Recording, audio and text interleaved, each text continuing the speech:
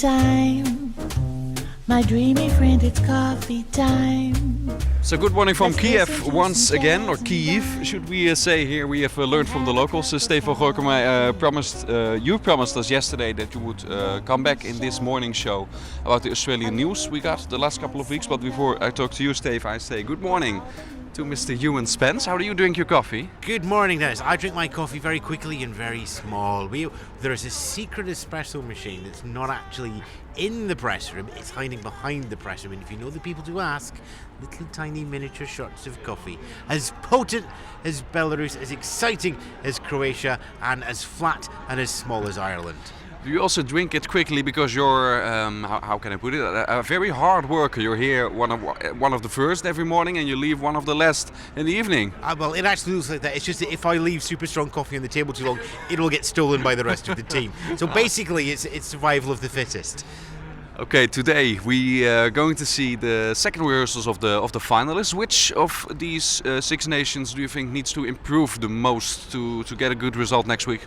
A lot of that depends on how you define a good result. For example, Italy, if Italy comes with second, that is not a good result for Italy. If the United Kingdom comes with second, that is an incredibly good result for the United Kingdom.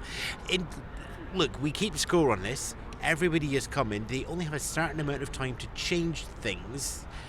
Little bits at the edges. It's, even if you have something like Australia who threw the staging out and started again, it's still broadly similar. So although there's lots of improvements, the countries are starting from different points. So if you ask me, who do I think can make the biggest leap up?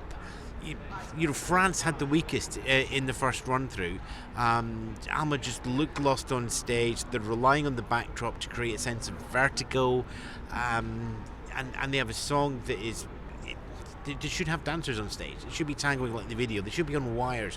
There should be some stuff going on here. Instead, we've got a girl who looks a little bit too harsh, who's pretending she's on an invisible Ferris wheel. Steve, you said about France that there is, even though many people say what Ewan is saying, that there should be dancers on stage, but there is a clear thought in the French delegation behind the staging this year. Well, what I said was that last year with Amir, they did kind of a similar thing, rely very much on the backdrop and on creating some sort of cinematic feel to it, with then the artist being the sole focus point. Whether that's a good choice or not, that's not what I said. I strongly feel in this case, well, that at least as the way we saw it yesterday, it was quite empty still. But there seems to be an idea behind it. At least there's a line between last year Amir and now this year Alma. So later on in this weekend, we're going to talk to the new head of delegation for France to see if they have some kind of strong idea as to how Eurovision should be done. What is EC Daling going to do during and after the red carpet ceremony?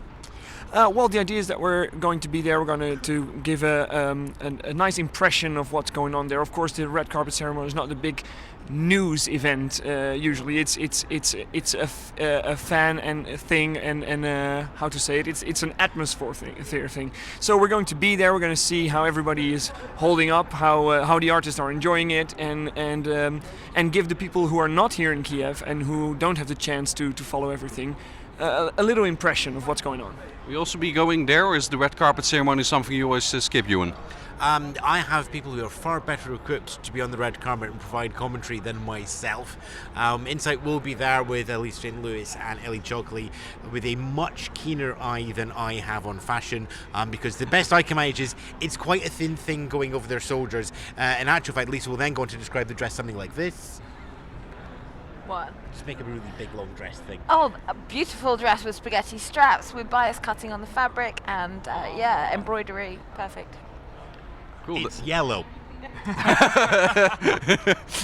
That's good. Some insights from the EC Inside team. Okay, to wrap things up for today, Steve, yesterday or the day before, the news we got from the Australian delegation about their plans should they stay in Eurovision. I mean, that would be amazing to have a national final down under, of course, and to even expand on that Eurovision dream that Australia has been living in the last couple of years. So, I'm very much looking forward to that. Are you happy with that news, Ewan? Well, we actually have an extended interview with Paul Clark going up on ESC Insight. He should be up there just now, and we go into a lot more depth on what he means by a national final. It's important to stress here that it is planned for the future. if there are people out there planning a trip to Australia for January 2018, thinking of some Melody Festival and Spectacular, it's not necessarily for next year. Yes, everybody's talking about it. Yes, everybody's keen for it. But with these things, planning takes time. Timing also. Yes, it's going to take time. Don't expect it to happen for the next contest, but it will happen. Do you think this will at least be the step up for a permanent status for Australia? That's a question for the reference group, not for me.